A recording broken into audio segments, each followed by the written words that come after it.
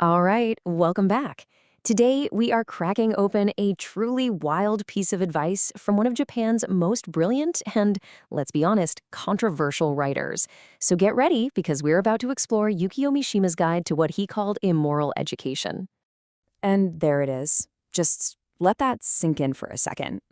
A student who doesn't secretly look down on their teacher will never become great.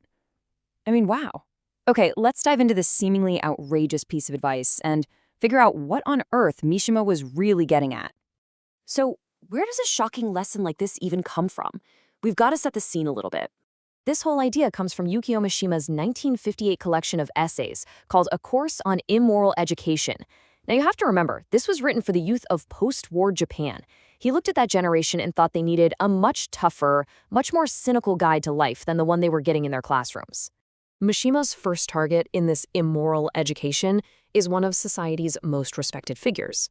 He starts by just completely tearing down the myth of the perfect teacher. On one hand, we have the ideal teacher, right? The all-knowing sage, the empathetic guide.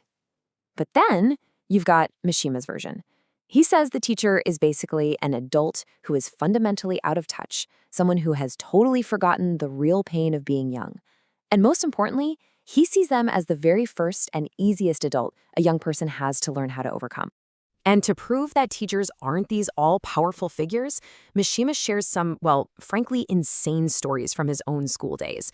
I mean, we're talking about students setting up this elaborate pitfall trap for the headmaster with toy guns, or a student who literally threw a knife that stuck in the blackboard right next to the teacher's head. In his world, the classroom was chaos, and the teacher was never really in control. And here is the core reason why Mishima thinks teachers are so disconnected. He argues that because they've already graduated from all the struggles and anguish of being young, they've simply forgotten what it actually feels like. They can't truly get what their students are going through because, as he says, it's impossible for them to live inside that feeling again. Okay, so if the teacher is this flawed, disconnected figure, what is a student supposed to do about it? Well, this brings us to the most crucial part of Mishima's entire argument. Everything, and I mean everything, hinges on this one Japanese word, naishin. It means inwardly, secretly, in your heart. See, this isn't about open rebellion or being a troublemaker. The contempt Mishima is talking about is a secret weapon, something you keep locked away inside. And this leads to a really important distinction he makes between a strong student and a weak one. The weak student, well, they're openly rebellious, just a spoiled child who acts out without thinking. But the strong student, that's different. They are outwardly a good, diligent student, but inwardly, they are always critical. They have what Mishima calls fight, but it's a strategic internal battle. So the method itself is deceptively simple.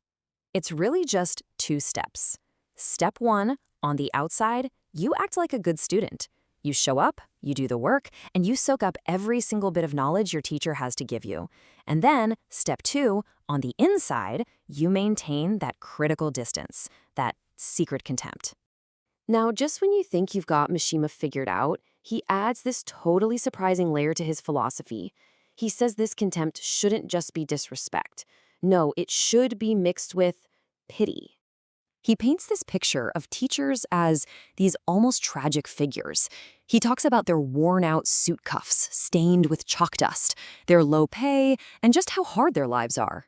In his eyes, they're kind of trapped by the burdens of being an adult, and for that, they deserve a young person's compassion, maybe even their pity.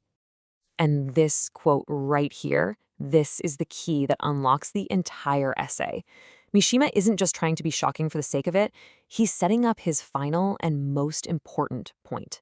Because it turns out, this whole immoral lesson about how to handle your teacher, it's not really about your teacher at all. It's a training manual for everything that comes next. I mean, just look at this. The teacher is just the first, smallest hurdle. According to Mishima, the adults you're going to meet out there in the real world, in business, in life, they are so much tougher.